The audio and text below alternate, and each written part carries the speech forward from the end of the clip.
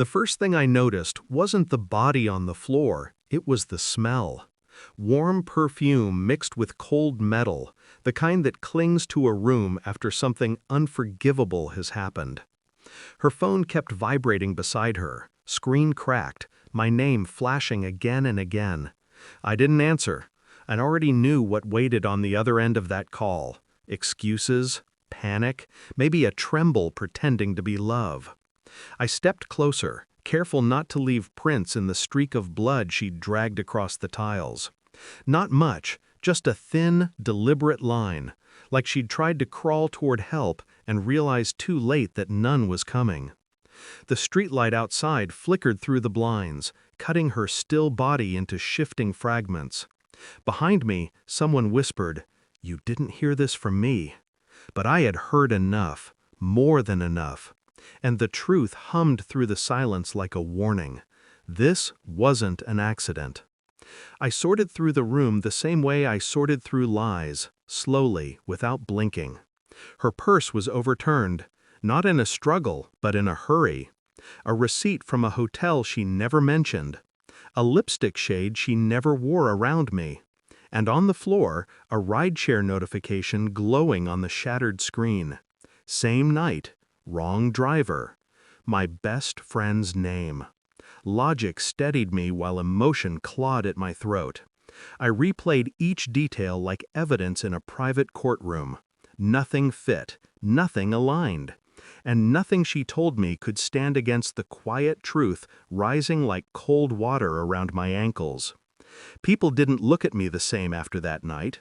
Too much softness in their voices. Too much space between sentences. As if they knew something I hadn't said aloud yet, that my wife had been slipping away from me long before the blood on the floor. The unraveling started small, a coworker's hesitation, a neighbor's glance that lingered a second too long.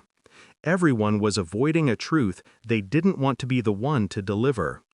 When I finally spoke to him, my best friend, he wouldn't meet my eyes. His voice cracked on simple words. And in that crack, something inside me clicked into place. This wasn't random.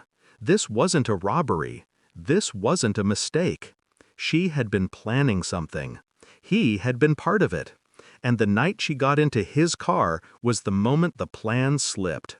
The moment she realized betrayal travels faster than guilt. I felt paranoia settle over me like static, humming relentlessly. The security footage wasn't hard to find. She never noticed the camera in the garage, the one angled just enough to catch her slipping into his car, laughing, leaning in too close. A second clip showed them arguing hours later, her shoving him grabbing her arm, and then her falling out of frame. I didn't need more. The truth wasn't about jealousy or lust, it was about control. His control over her control over the lie, and the quiet, calculated moment they both realized their secret was a blade pointed at my back. And now, finally, I had the handle. I didn't yell, I didn't accuse, I simply placed the flash drive on the table between us, watched his face lose its structure, watched his breath catch like he'd swallowed glass. He tried to speak, but guilt has a way of strangling a man long before justice reaches him.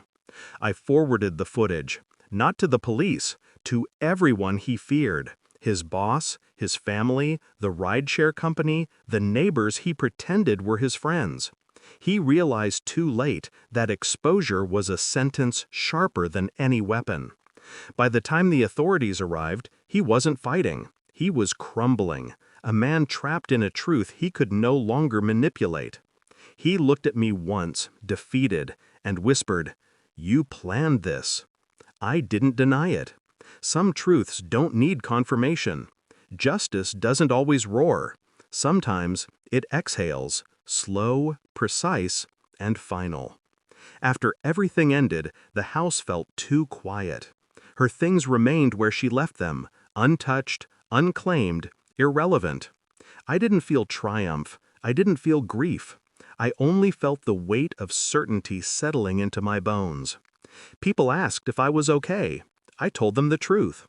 Feelings weren't part of this. Facts were. I walked out of that house without looking back, leaving the ghosts to whoever needed them more. Some stories don't end with forgiveness. They end with a single, simple truth. Justice was never about mercy. It was about making sure the lie never breathes again.